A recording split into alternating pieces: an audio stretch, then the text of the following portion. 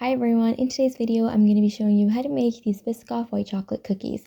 The cookie is soft and fudgy on the inside, it has a perfect amount of crispiness and is loaded with gooey Biscoff, so let's get started.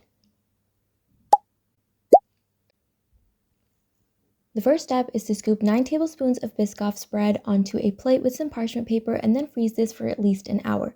The freezer is not going to make it completely hard, but it will make it stable enough that we can pick it up and put it inside a cookie. Now let's prepare the cookie dough. In a large bowl, we're going to combine unsalted butter, make sure the butter is softened, some brown sugar, and some granulated sugar. Now I'm using an electric hand mixer to beat this on medium-high speed until it is nice and incorporated for about 2 minutes. You can do this using a stand mixer as well, or even just with a wooden spoon if you don't have an electric mixer.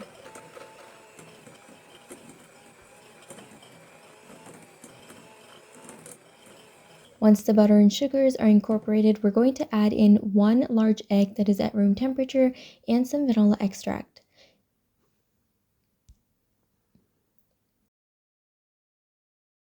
Now use the electric hand mixer again to beat this on medium speed until all of the ingredients are fully incorporated.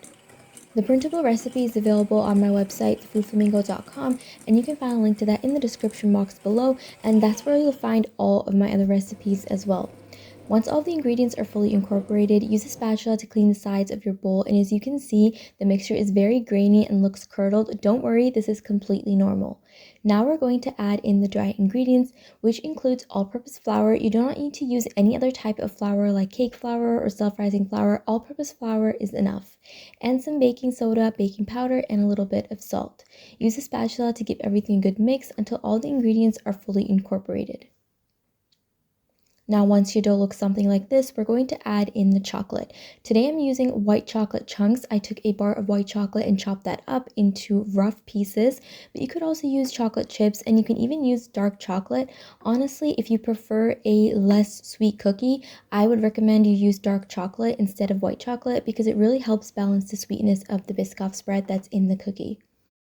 Now, I found it a little bit difficult to use a spatula to mix in the chocolate chunks, so I just switched to my hands. If you use your clean hands, you can do this and it's okay, but if you find this gross, you don't have to do this and you can continue using the spatula or even use a stand mixer because that would make this step really easy.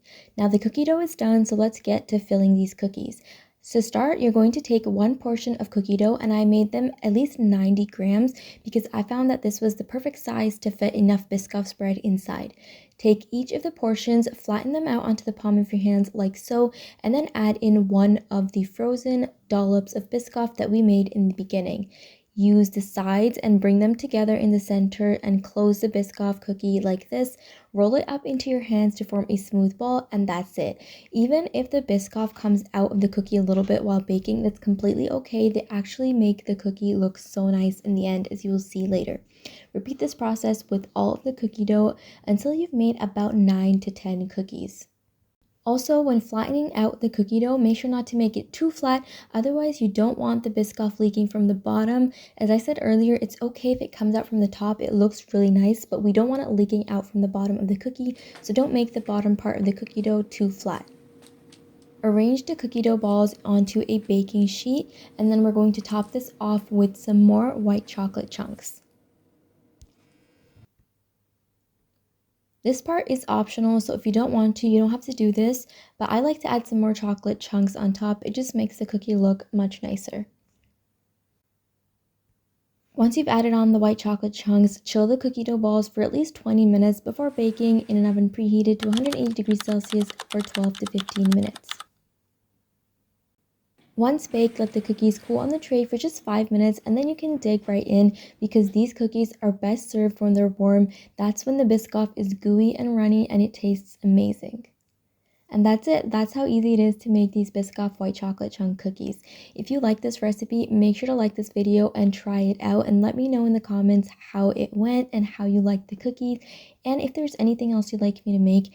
And all of my recipes are available on my website, thefoodflamingo.com. I have lots of cookie recipes that you can try out over there as well. If you haven't already, remember to subscribe and I will see you in the next one. Thank you so much for watching.